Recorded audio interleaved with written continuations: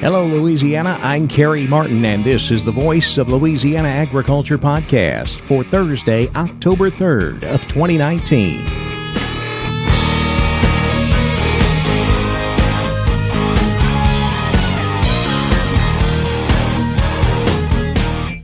Welcome to the Voice of Louisiana Agriculture podcast, a look at the latest news in Louisiana agriculture.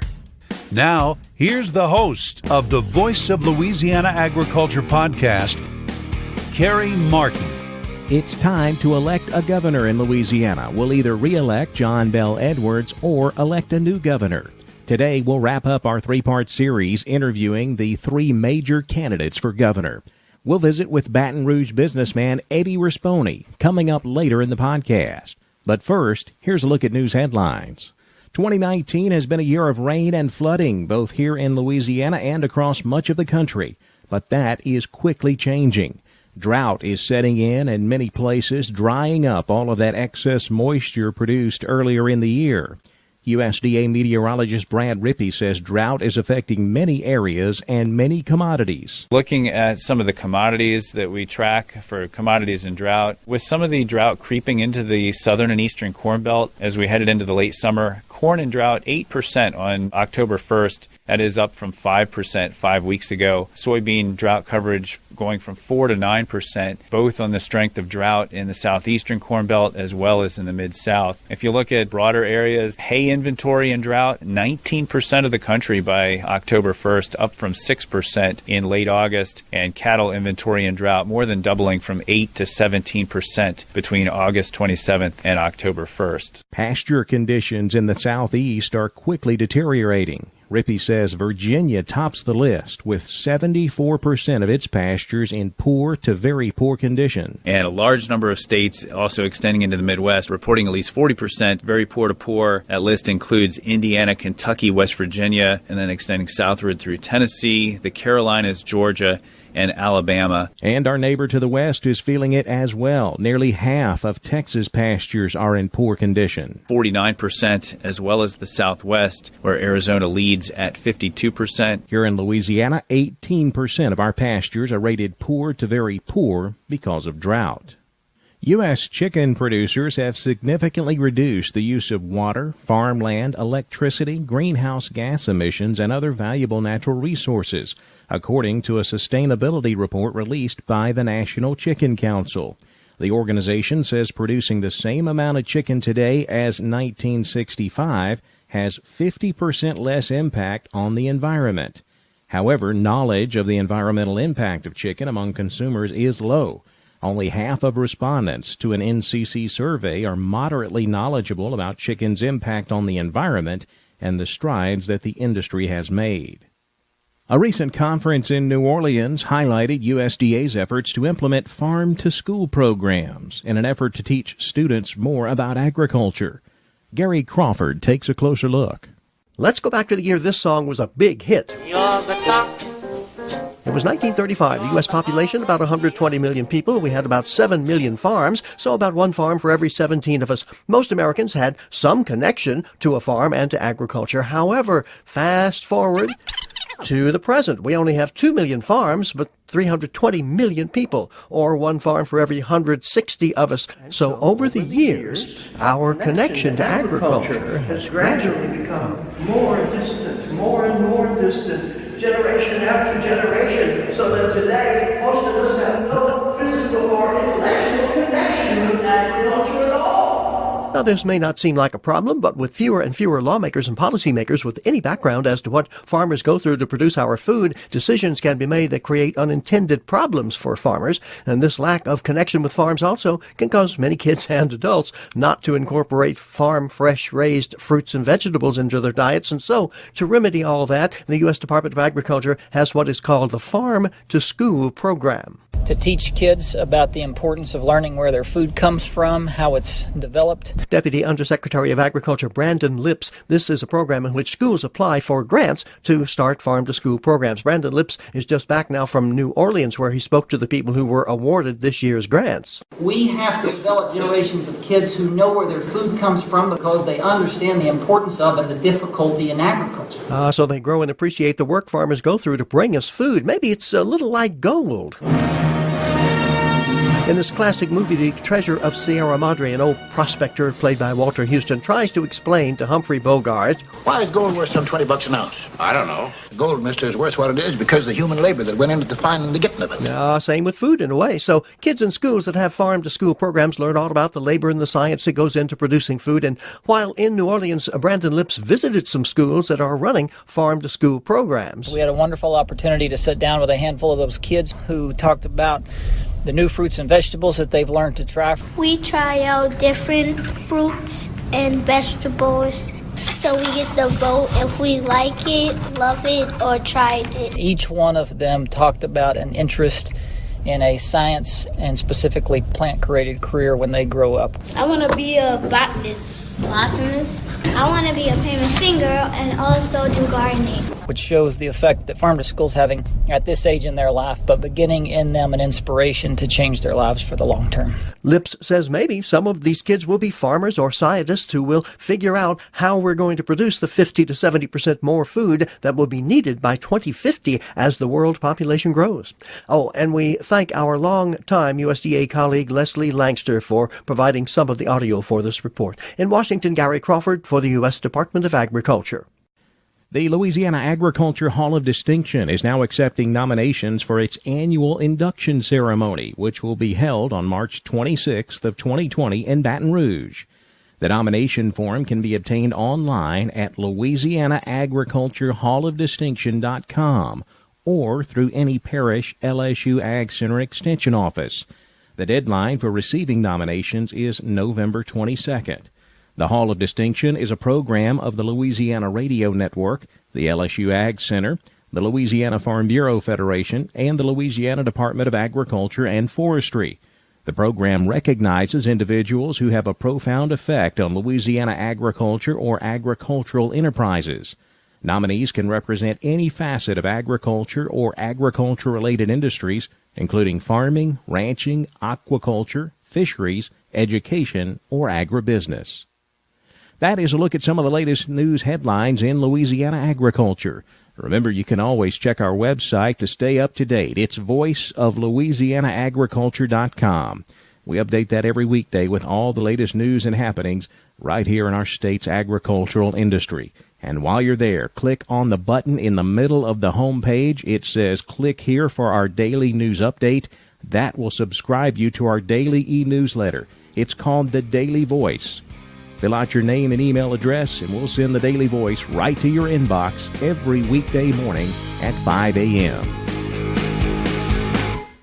Now let's look at the markets on the Voice of Louisiana Agriculture podcast.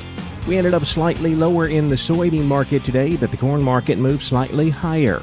Oliver Slope is with Blue Line Futures on the trading floor in Chicago. We saw the market to get a nice, solid, strong run at the beginning of the week, and I think it's appropriate and healthy for the market to kind of come in here and catch its breath. We achieved a lot of the technical objectives in the grain markets. Looking at corn, we filled the gap at 392 3/4. So from that point, there's some technical resistance, and I wouldn't be surprised to see that lead to maybe a little bit of profit taking for buyers earlier in the week. On the support side of things, 380 to 383 is what we're looking at. This is previous resistance, now becomes support. It's a Fibonacci retracement as well as the 50-day moving average. We continue to be friendly corn over the long term. So if we were to pull back down here, I think this would be an excellent buying opportunity going forward. Obviously, a lot of attention is going to be on weather still, and also kind of what we're hearing is harvest starts to pick up. And right now, the theme is still very early, but the theme has been that a lot of it's just not there like a lot of people thought. So that could potentially spark an additional short covering rally, and we know that funds still have a pretty hefty net short position. Soybeans closed slightly lower. November beans down 2 cents, 9.11 3/4. January beans down 1 3/4, 9.26. Corn closed slightly higher. December corn up 1, 3.88 3/4. March corn up 1 at $4.75. July wheat up a quarter penny, 5.06 1/4.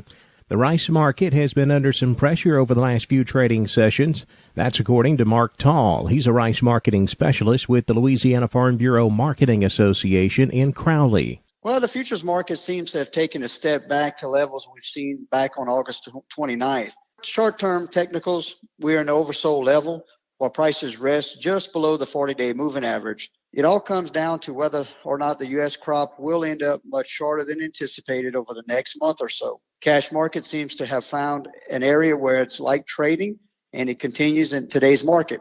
We're really trading around $11.73 per hundred for $62.70 on long grain. And word out today that an out-of-state mill did come in and purchase some $12.04 per hundred prices.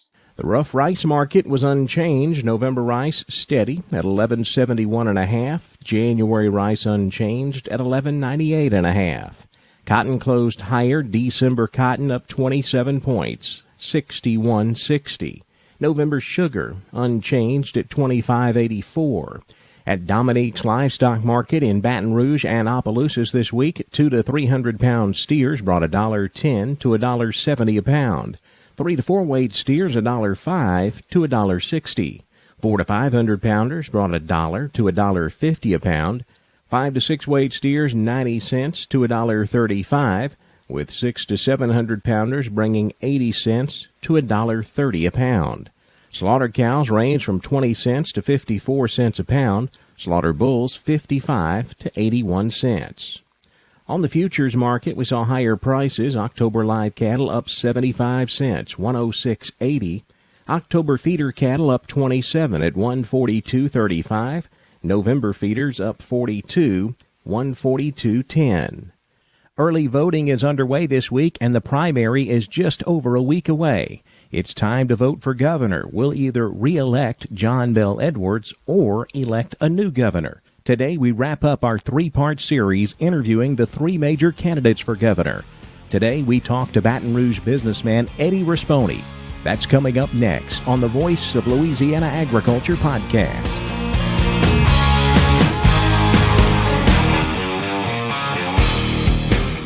This is Trace Atkins for the Louisiana Farm Bureau Federation. Believe it or not, your food doesn't come from the grocery store. It just may have been grown on a farm right here in Louisiana. And those jeans you're wearing may have come from a Louisiana cotton farm. Louisiana's farmers and ranchers take pride in producing the food and fiber that we all use in our daily lives. So each time you sit down to a meal or get dressed for the day, thank a Louisiana farmer or rancher. The Louisiana Farm Bureau Federation, the voice of Louisiana agriculture.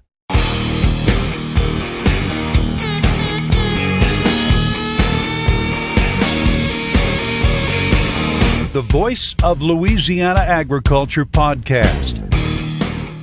Today we hear from the third major candidate for governor, Baton Rouge businessman Eddie Rispone. Our own Avery Davidson, host of the weekly television show This Week in Louisiana Agriculture, sat down with Mr. Rispone to get to know him a little better and to hear some of his views on agriculture.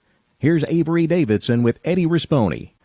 Mr. Rispone, thank you so much for joining us here on This Week in Louisiana Agriculture. It's a pleasure to have you here. Thanks for having me, Avery. I appreciate that. Well, you're running for governor. What made you decide to say, you know what, I've had a successful business, I've gone forward with that, but now I want to step into the public arena? Yeah, let me start with this. I'll give you a little quick bio of myself, you know. I grew up in North Baton Rouge, where Standard Oil established themselves, and I think in 1909.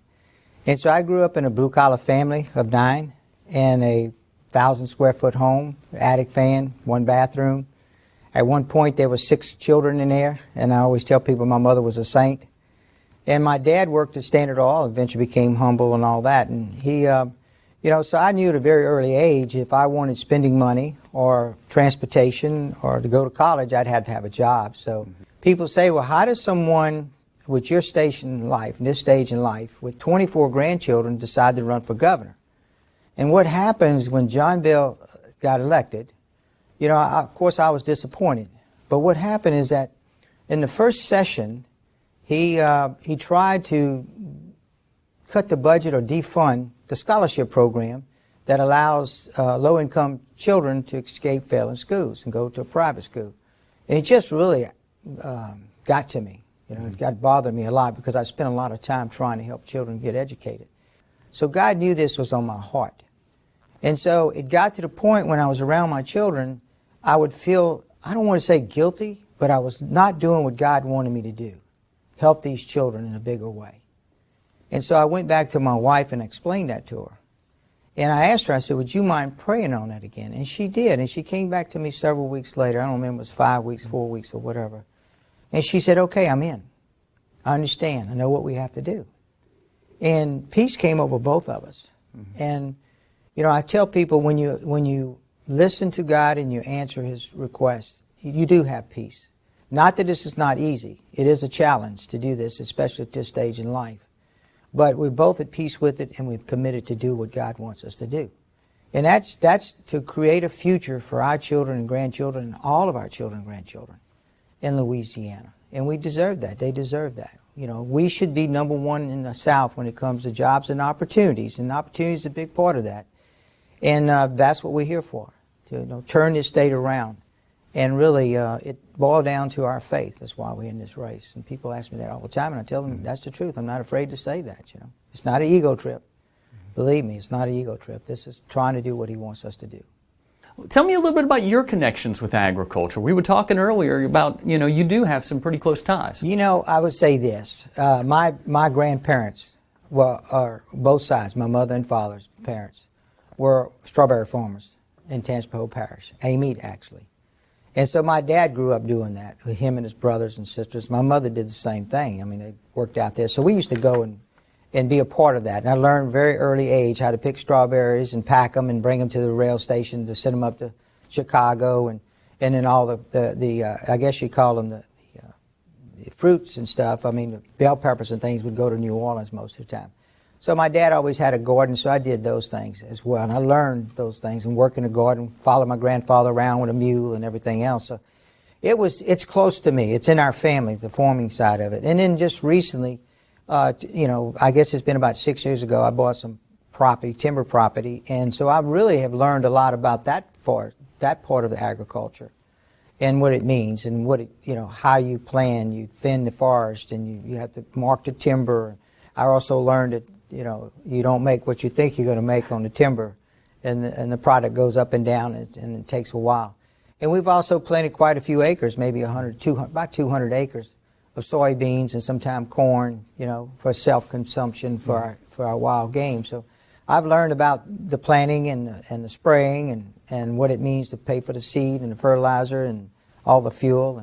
You brought up about buying the feed, the seed, the fertilizer, those sorts of things. Currently, those are all exempt from state sales tax. We had a bunch of people looking at those ag exemptions whenever there was a budget crisis in the state.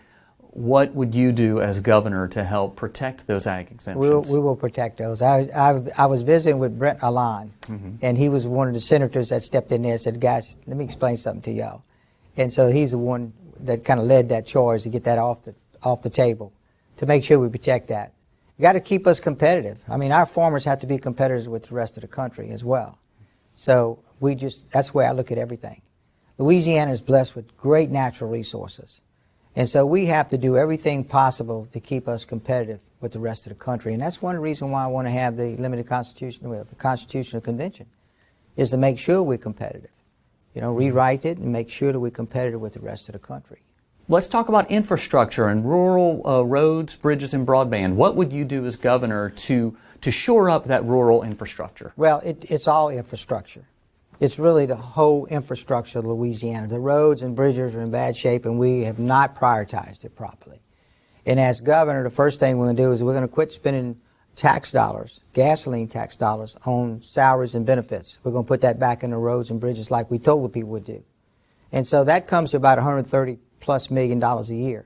And so with that dollars, you can parlay it with federal dollars, and we could be looking at $300 to $400 million a year right off the bat.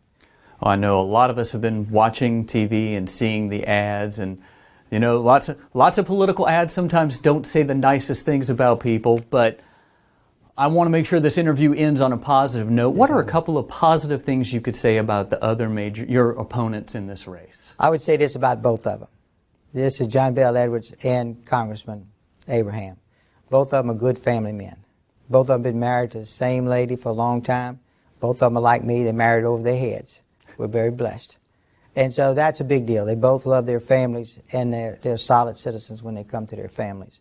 Obviously, in John Bell's case, he is totally different when it comes to policy. He is a tax and spend liberal career politician, as I call it.